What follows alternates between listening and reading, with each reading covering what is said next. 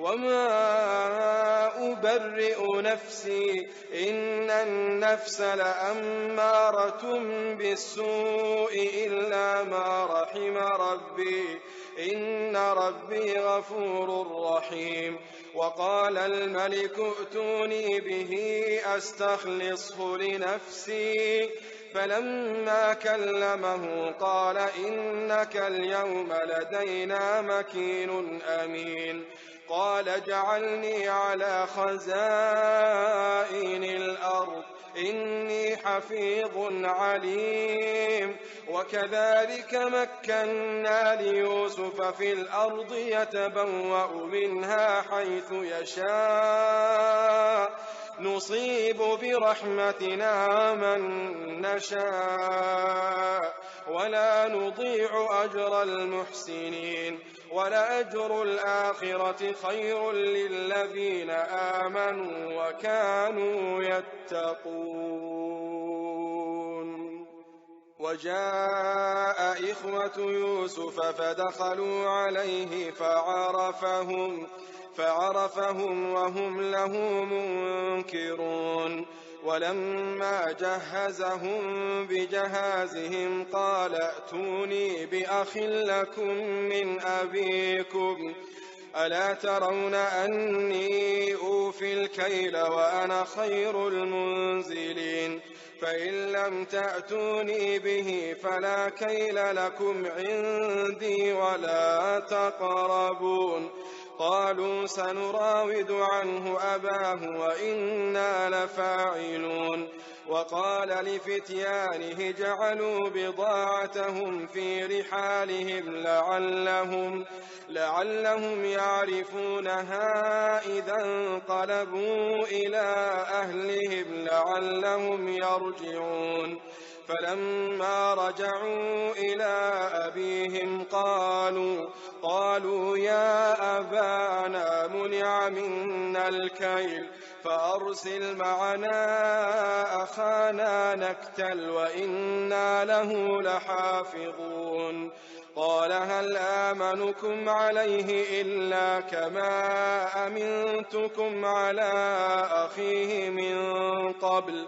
فالله خير حافظا وهو أرحم الراحمين. ولما فتحوا متاعهم وجدوا بضاعتهم ردت إليهم قالوا يا أبانا ما نبغي هذه بضاعتنا ردت إلينا ونمير أهلنا ونحفظ أخانا ونزداد كيل بعير ذلك كيل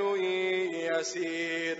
قال لن أرسله معكم حتى تؤتون موثقا من الله لتأتونني به إلا أن يحاط بكم. فلما آتوه موثقهم قال الله على ما نقول وكيل. وقال يا بني لا تدخلوا من باب واحد وادخلوا من أبواب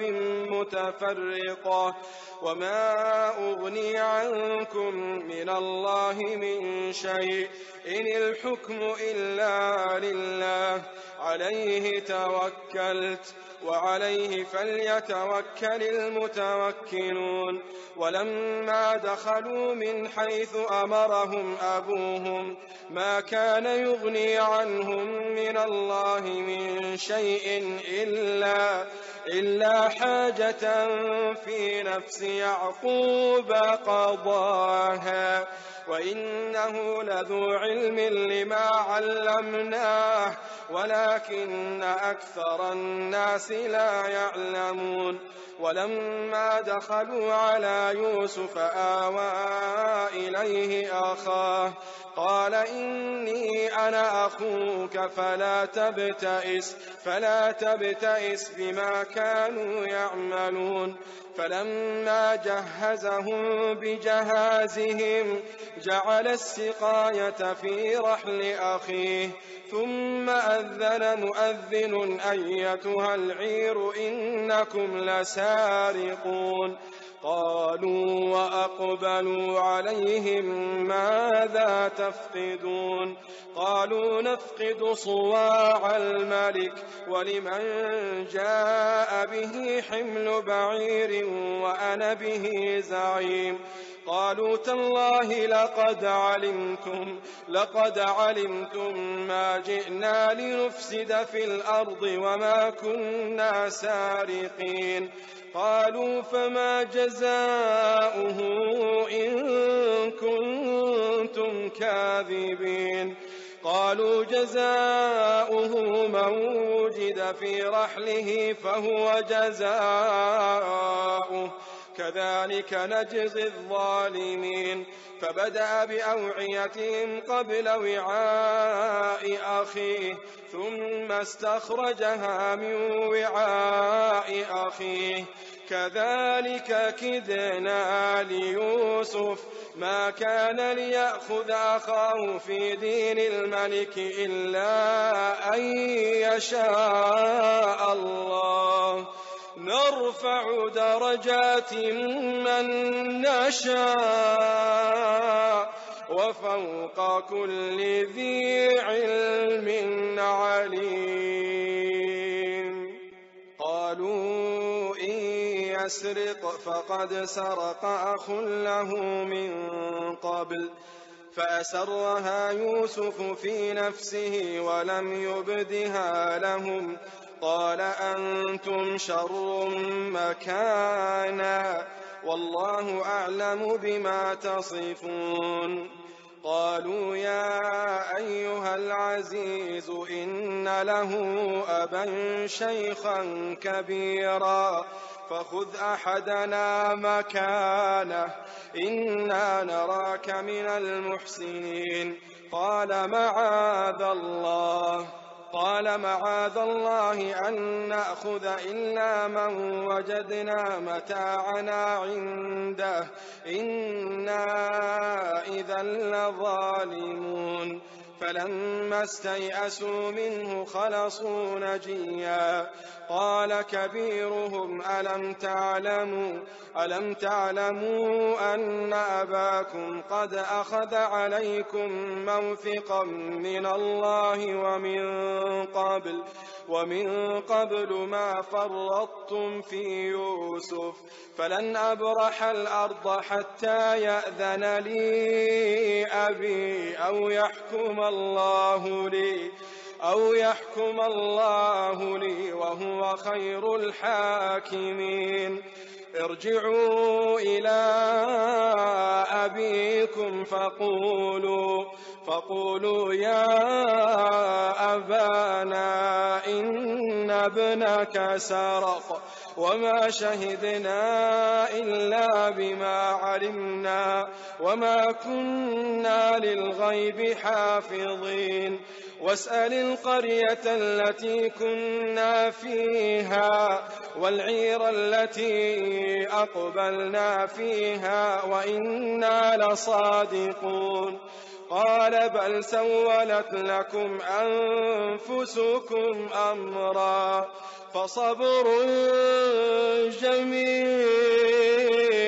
عسى الله أن يأتيني بهم جميعا إنه هو العليم الحكيم وتولى عنهم وقال يا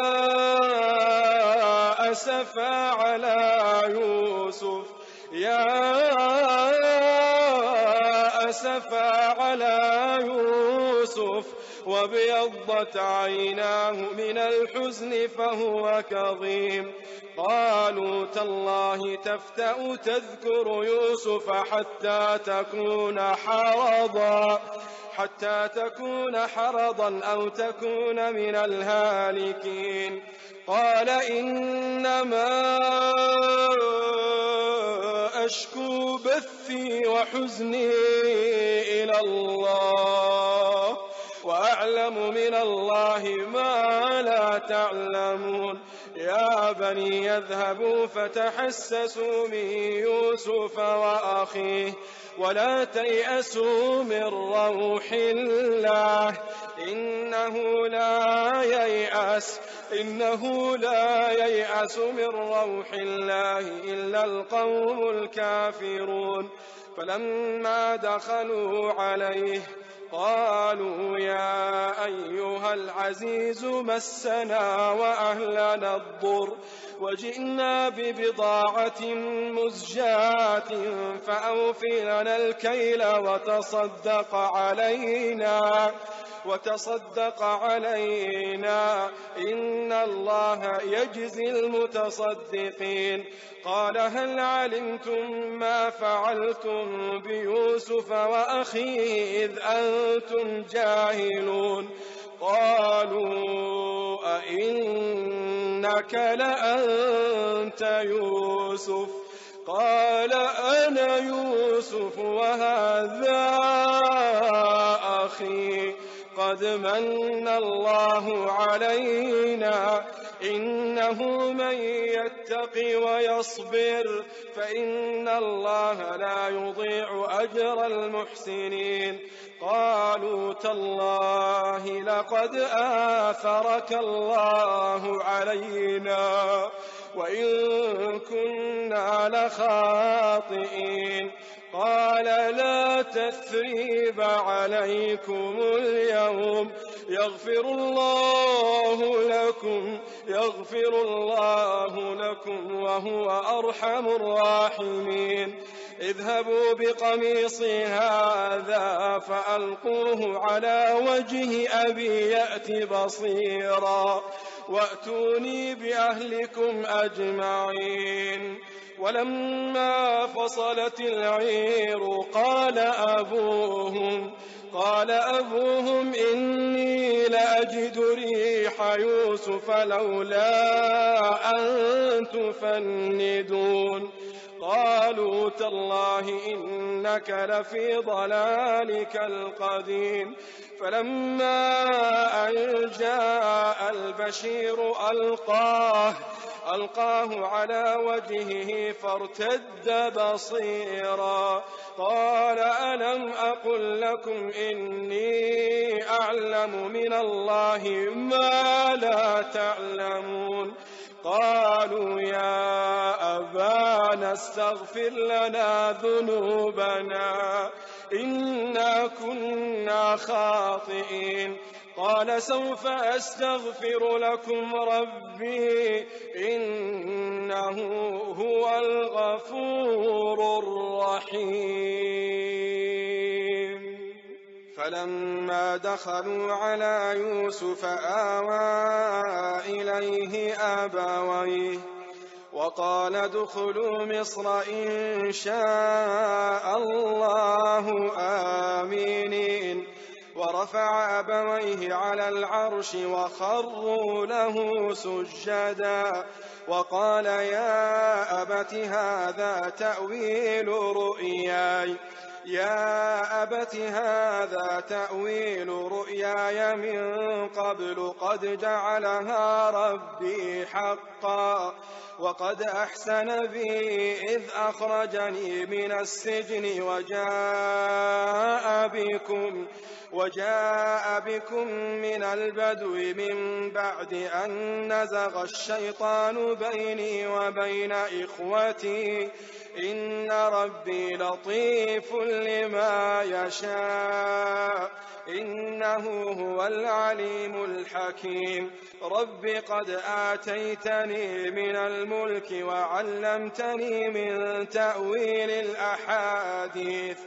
فاطر السماوات والأرض أنت ولي في الدنيا والآخرة توفني مسلما وألحقني بالصالحين ذلك من أنباء الغيب نوحيه إليك وما كنت لديهم إذ أجمعوا أمرهم وهم يمكرون وما أكثر الناس ولو حرصت بمؤمنين وما تسألهم عليه من أجر إن هو إلا ذكر للعالمين وكأي من آية في السماوات والأرض يمرون عليها وهم عنها معرضون وما يؤمن أكثرهم بالله إلا وهم مشركون أفأمنوا أن تأتيهم غاشية من عذاب الله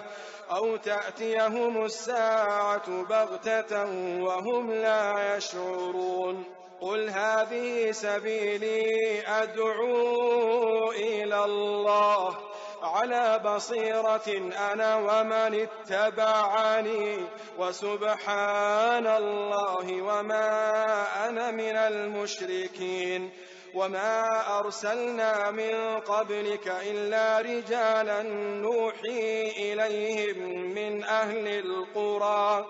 أفلم يسيروا في الأرض فينظروا كيف كان عاقبة الذين من قبلهم ولدار الآخرة خير للذين اتقوا أفلا تعقلون حتى إذا استيأس الرسل وظنوا أنهم قد كذبوا جاءهم نصرنا فنجي من نشاء ولا يرد بأسنا عن القوم المجرمين لقد كان في قصصهم عبرة لأولي الألباب ما كان حديثا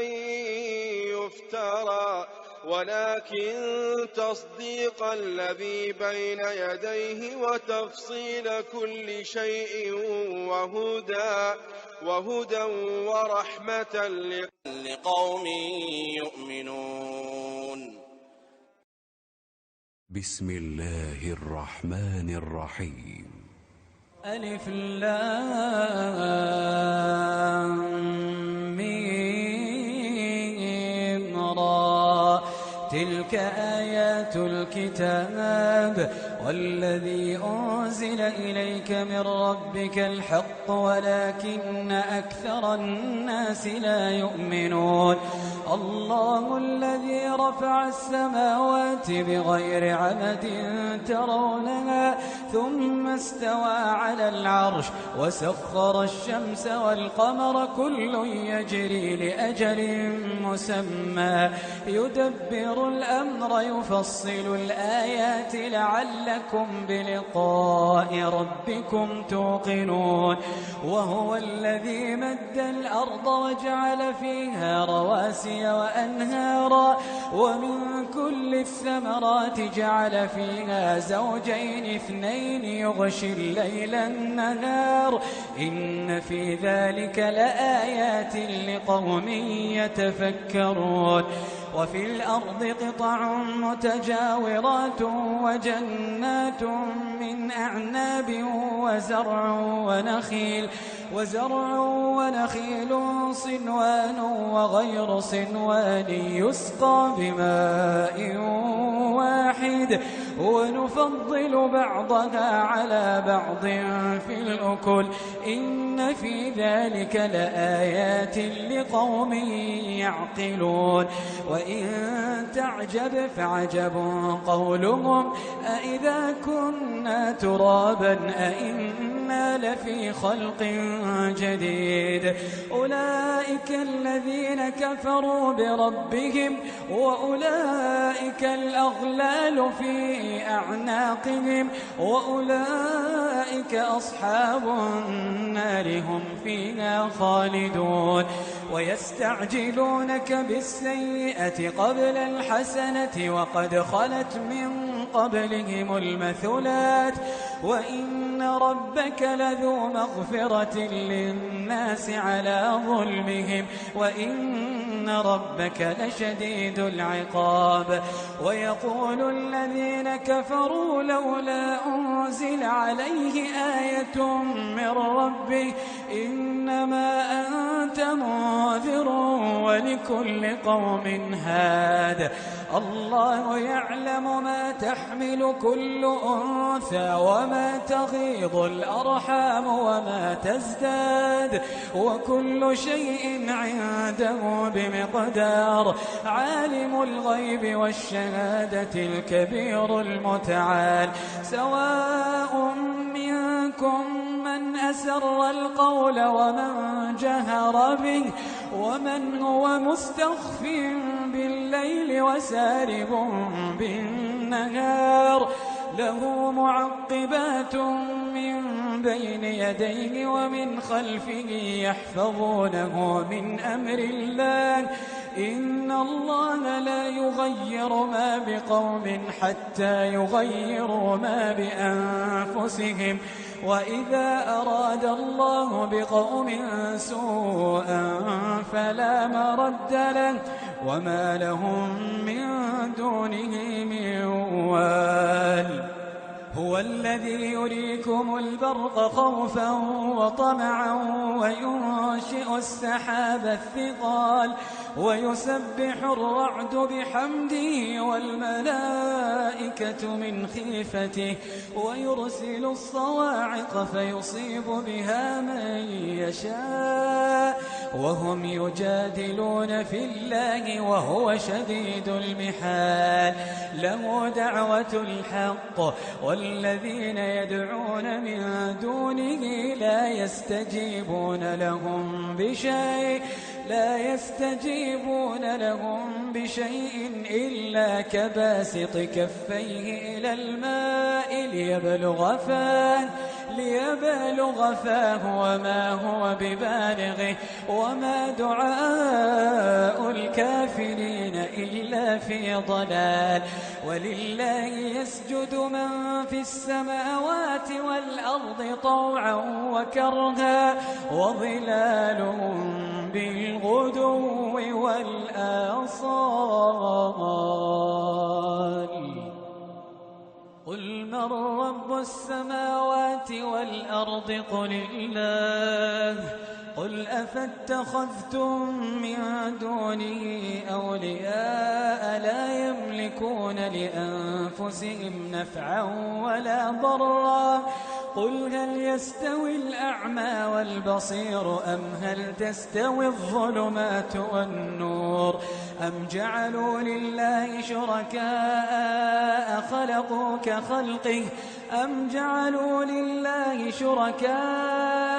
خلقوا كخلقه فتشابه الخلق عليهم. قل الله خالق كل شيء وهو الواحد القهار. أنزل من السماء ماء فسالت أودية بقدرها فاحتمل السيل زبدا رابيا ومما يوقدون عليه في النار ابتغاء حلية أو متاع زبد مثله كذلك يضرب الله الحق والباطل فأما الزبد فيذهب جفاء وأما ما ينفع الناس فيمكث في الأرض كذلك يضرب الله الأمثال للذين استجابوا لربهم الحسنى والذين لم يستجيبوا له لو أن لهم ما في الأرض جميعا ومثله معه لافتدوا به أولئك لهم سوء الحساب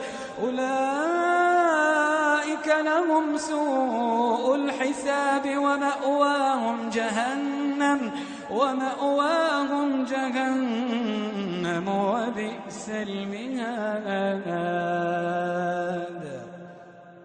أفمن يعلم أنما أنزل إليك من ربك الحق كمن هو أعمى إنما يتذكر أولو الألباب الذين يوفون بعهد الله ولا ينقضون الميثاق والذين يصلون ما أمر الله به أن يوصل ويخشون ربهم ويخافون سوء الحساب والذين صبروا ابتغاء وجه ربهم وأقاموا الصلاة وأنفقوا مما رزقناهم سرا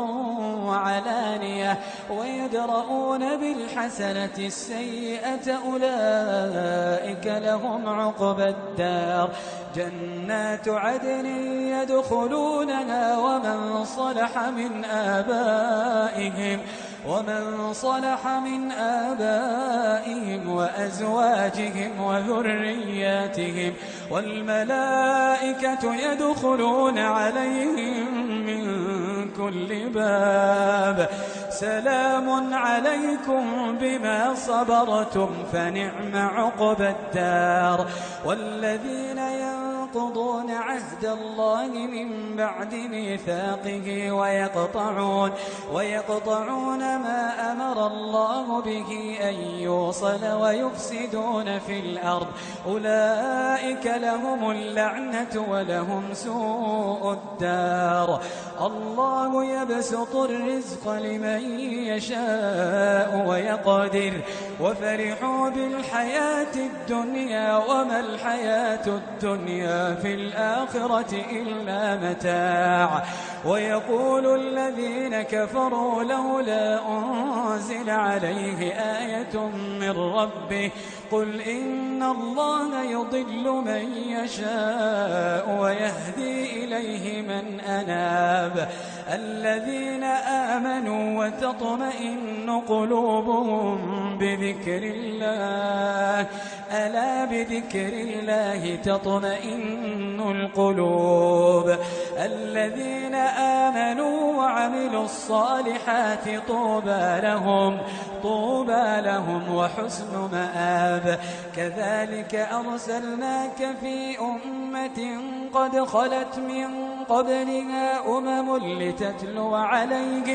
لتتلو عليهم الذي أوحينا إليك وهم يكفرون بالرحمن قل هو ربي لا إله إلا هو عليه توكلت وإليه متاب ولو أن قرآنا سيرت به الجبال أو قطعت به الأرض أو كلم به الموتى بل لله الأمر جميعا أفلم ييأس الذين آمنوا أن لو يشاء الله لهدى الناس جميعا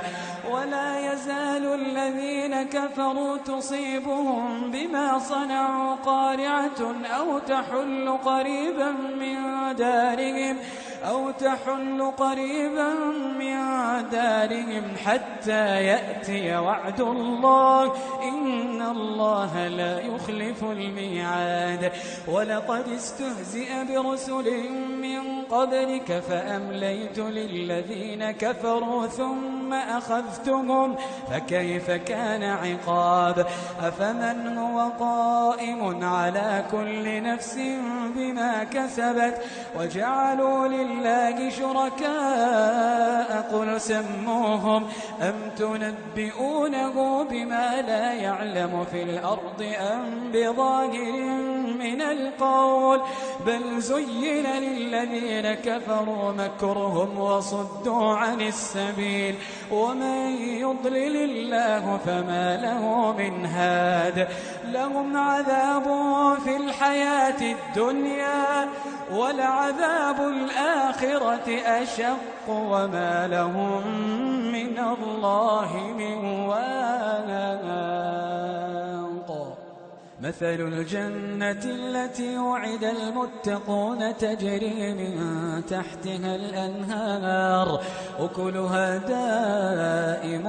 وظلها تلك عقبى الذين اتقوا وعقبى الكافرين النار والذين آتيناهم الكتاب يفرحون بما أنزل إليك ومن الأحزاب من ينكر بعضه قل إنما أمرت أن أعبد الله ولا أشرك به إليه أدعو وإليه مآب وكذلك أنزلناه حكما عربيا ولئن اتبعت أهواءهم بعدما جاءك من العلم ما لك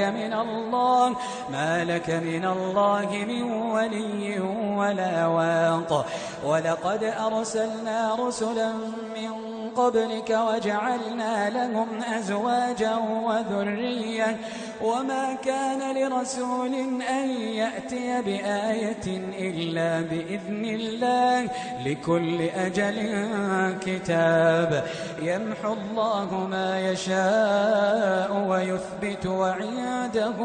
أم الكتاب وإما نرينك بعض الذي نعدهم أو نتوفينك فإنما عليك البلاغ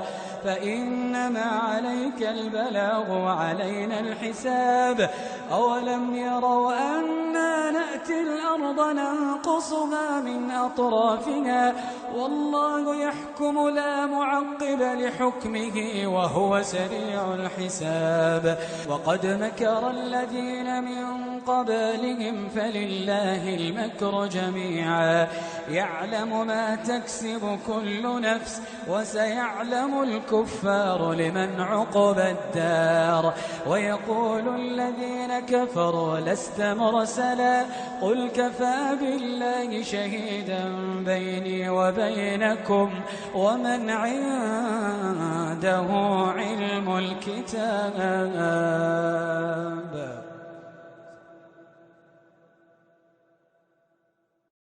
بسم الله الرحمن الرحيم ألف لام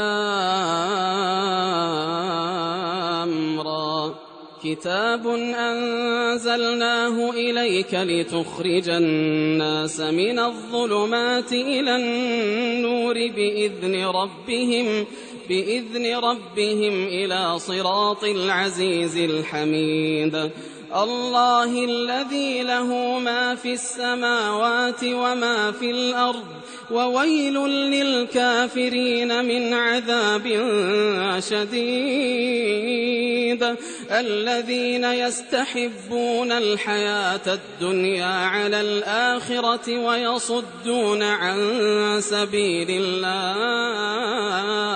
ويصدون عن سبيل الله ويبغونها عوجا أولئك في ضلال بعيد وما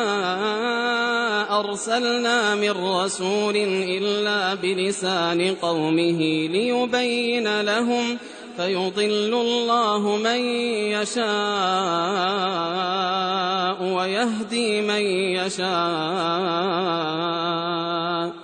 وهو العزيز الحكيم ولقد أرسلنا موسى بآياتنا أن أخرج قومك من الظلمات إلى النور وذكرهم بأيام الله إن في ذلك لآيات لكل صبار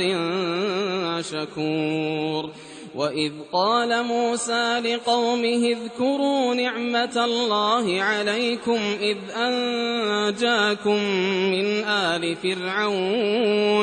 إذ أنجاكم من آل فرعون يسومونكم سوء العذاب ويذبحون أبناءكم ويستحيون نساءكم وفي ذلكم بلاء من ربكم عظيم وإذ تأذن ربكم لئن شكرتم لأزيدنكم ولئن كفرتم إن عذابي لشديد وقال موسى إن تكفروا أنتم ومن في الأرض جميعا فإن الله لغني حميد ألم يأتكم نبأ الذين من قبلكم قوم نوح وعاد وثمود والذين من بعدهم لا يعلمهم إلا الله جاءتهم رسلهم بالبينات فردوا أيديهم في أفواههم وقالوا إنا كفرنا بما أرسلتم به وإنا لفي شك مما تدعوننا إليه مريب قالت رسلهم أفي الله شك فاطر السماوات والأرض يدعوكم ليغفر لكم من ذنوبكم ويؤخركم إلى أجل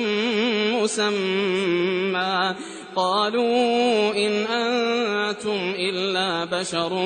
مثلنا تريدون أن تصدونا عما كان يعبد آباؤنا فأتونا بسلطان مبين قالت لهم رسلهم إن نحن إلا بشر مثلكم ولكن الله يمن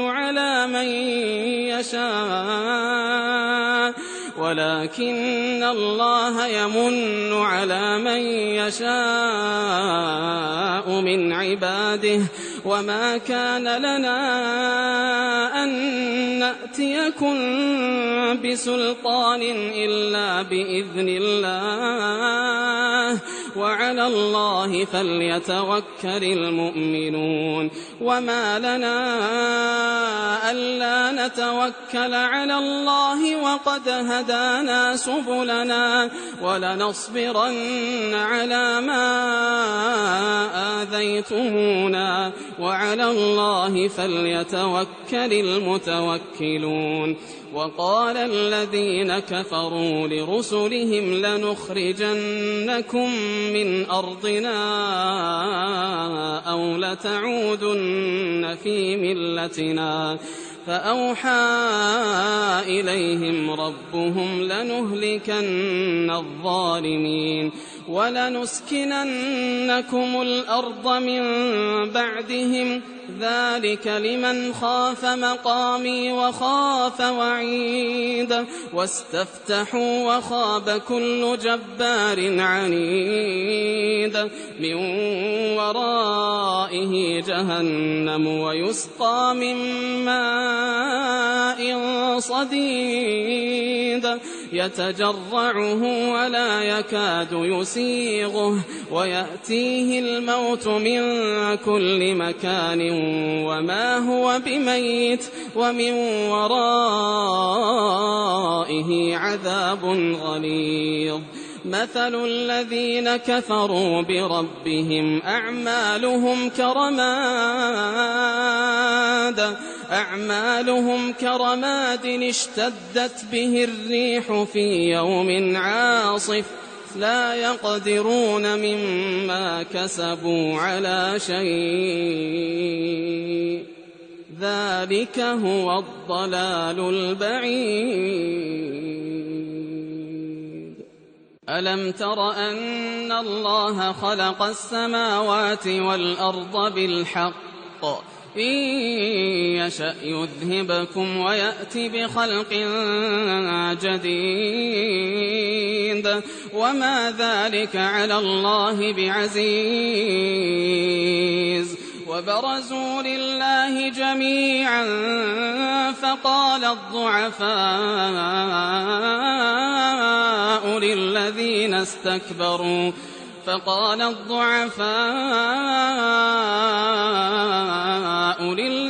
استكبروا إنا كنا لكم تبعا فهل أنتم مغنون عنا من عذاب الله من عليه قالوا لو هدانا الله لهديناكم سواء علينا أجزعنا أم صبرنا ما لنا من محيص. وقال الشيطان لما قضي الأمر إن الله وعدكم وعد الحق ووعدتكم فأخلفتكم وما كان لي عليكم من سلطان إلا أن دعوتكم فاستجبتم لي فلا تلوموني ولوموا أنفسكم ما أنا بمصرخكم وما أنتم بمصرخي إني كفرت بما أشركتمون من قبل إن الظالمين لهم عذاب أليم. وأدخل الذين آمنوا وعملوا الصالحات جنات تجري من تحتها الأنهار خالدين فيها بإذن ربهم تحيتهم فيها سلام. ألم تر كيف ضرب الله مثلا كلمة طيبة كشجرة طيبة أصلها ثابت وفرعها في السماء تؤتي أكلها كل حين بإذن ربها ويضرب الله الأمثال للناس لعلهم يتذكرون. ومثل كلمة خبيثة كشجرة خبيثة اجتثت من فوق الأرض ما لها من قرار. يثبت الله الذين آمنوا بالقول الثابت في الحياة الدنيا وفي الآخرة ويضل الله الظالمين ويفعل الله ما يشاء. ألم تر إلى الذين بدلوا نعمة الله كفرا وأحلوا قومهم دار البوار جهنم يصلونها وبئس القرار. وجعلوا لله أندادا ليضلوا عن سبيله قل تمتعوا فإن مصيركم إلى النار. قل لعبادي الذين آمنوا يقيموا الصلاة وينفقوا مما رزقناهم سرا وعلانية من قبل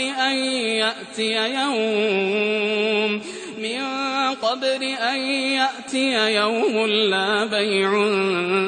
فيه ولا خلال. الله الذي خلق السماوات والأرض وأنزل من السماء ماء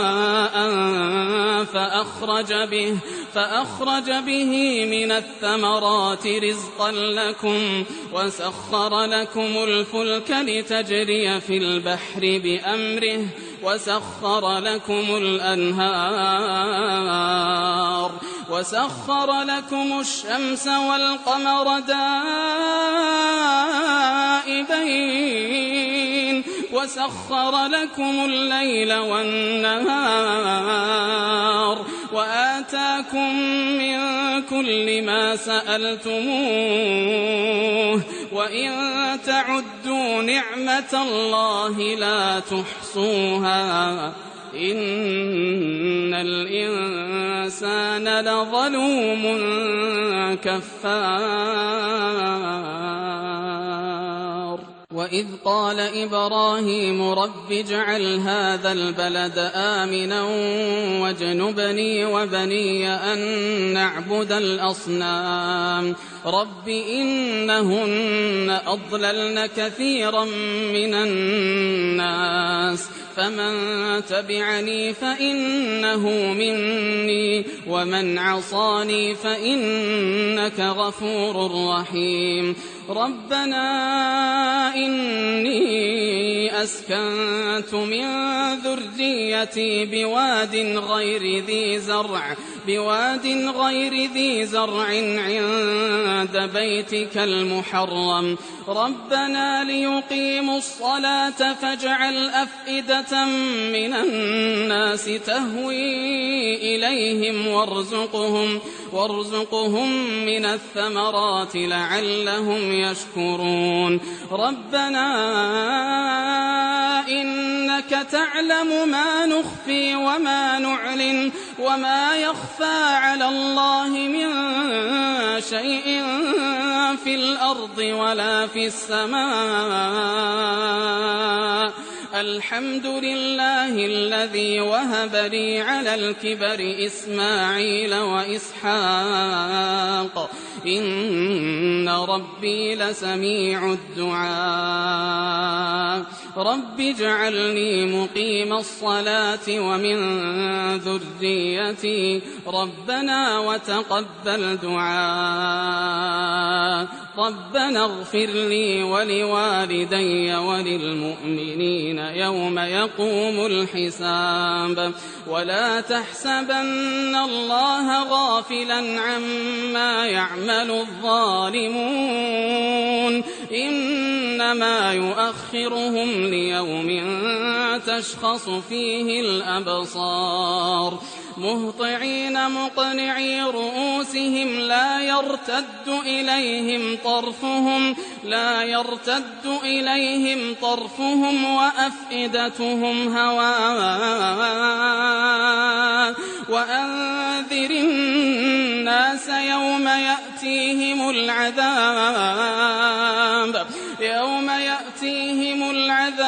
فيقول الذين ظلموا ربنا أخرنا إلى أجل قريب نجب دعوتك ونتبع الرسل أولم تكونوا أقسمتم من قبل ما لكم من زوال وسكنتم في مساكن الذين ظلموا أنفسهم وتبين لكم كيف فعلنا بهم وضربنا لكم الأمثال. وقد مكروا مكرهم وعند الله مكرهم وإن كان مكرهم لتزول منه الجبال. فلا تحسبن الله مخلف وعده رسله إن الله عزيز ذو انتقام. يوم تبدل الأرض غير الأرض والسماوات وبرزوا لله الواحد القهار. وترى المجرمين يومئذ مقرنين في الأصفاد سرابيلهم من قطران وتغشى وجوههم النار كل نفس ما كسبت إن الله سريع الحساب هذا بلاغ للناس ولينذروا به وليعلموا أنما هو إله واحد وليذكر أولو الألباب. أعوذ بالله من الشيطان الرجيم. بسم الله الرحمن الرحيم. ألف لام را تلك آيات الكتاب وقرآن مبين